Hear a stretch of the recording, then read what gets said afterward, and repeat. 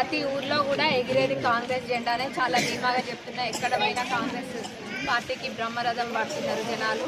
అది మనకు Jubilee hills ఎలక్షన్స్లో కూడా తెలిసిన విషయమే.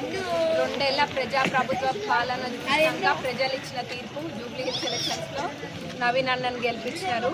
మరి కాంగ్రెస్ పార్టీ చేస్తున్న పథకాలైనా, అమలుపరుస్తున్న పథకాలైనా, చేస్తున్న పనులైనా అన్నీ కూడా ప్రజలు గమనిస్తూనే ఉన్నారు. మన రాష్ట్రాన్ని మొత్తం అప్పుల ఊళ్ళో దించిన బీఆర్ఎస్ పార్టీ మన రేవంత్ అన్న ఎక్కడ కూడా వెనక్కి పోకుండా, మన రేవంత్ అన్న అయినా సీఎం గారైనా డిప్యూటీ సీఎం గారైనా మంత్రులందరూ కూడా ఒక సంకల్పంతో ముందుకెళ్తున్నారు.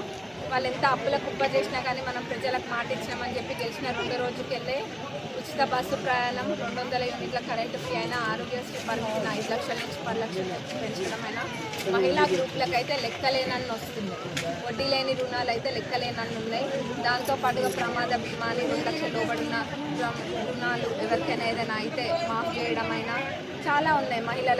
మహిళలకి బస్సులు రెంట్ చేసి వాళ్ళకి సంఘాలకు అప్పచెప్పడము, సోలార్వి, పెట్రోల్ బంక్, మనకు కూడా రాయపర్తి మండలంలోనే పెట్రోల్ బంక్ కూడా రావడం జరిగింది. అది నిజంగా అదృష్టంగా భావించవచ్చు. ఆల్రెడీ నారాయణపేటలో ఒకటి రన్ అవుతుంది. ఇప్పుడు మన రాయపర్తికి కూడా శాంక్షన్ అయింది, రాయపర్తి మండలానికి. ఇంకా రాబోయే రోజుల్లో అట్లాంటివి చాలా చేసుకోవచ్చు. సన్న బియ్యం అయితే ముందు ఎమ్మెల్యే ఎలక్షన్స్ ముందు చెప్పలేదు, కానీ మాట ఇవ్వకపోయినా పేదవాళ్ళకి ఒక బుక్కడ్ బువ్వ తిన్నా తృప్తిగా తినాలి, ఇంటి దగ్గర ఇంటేడా అని చెప్పి చేయడము జరిగింది. అందరూ కూడా సన్న బియ్యము ఇంతకుముందు లెక్క పిండి పట్టించుకున్నాడో లేకపోతే కోళ్ల ఫామ్లకు అమ్ముకున్నాడో చేయట్లేరు, తృప్తిగా వండుకొని తింటున్నారు. నేను కూడా ఒక 3-4 చోట్ల తిన్నా ఇప్పటికీ. సన్న బియ్యం చాలా బాగుంది.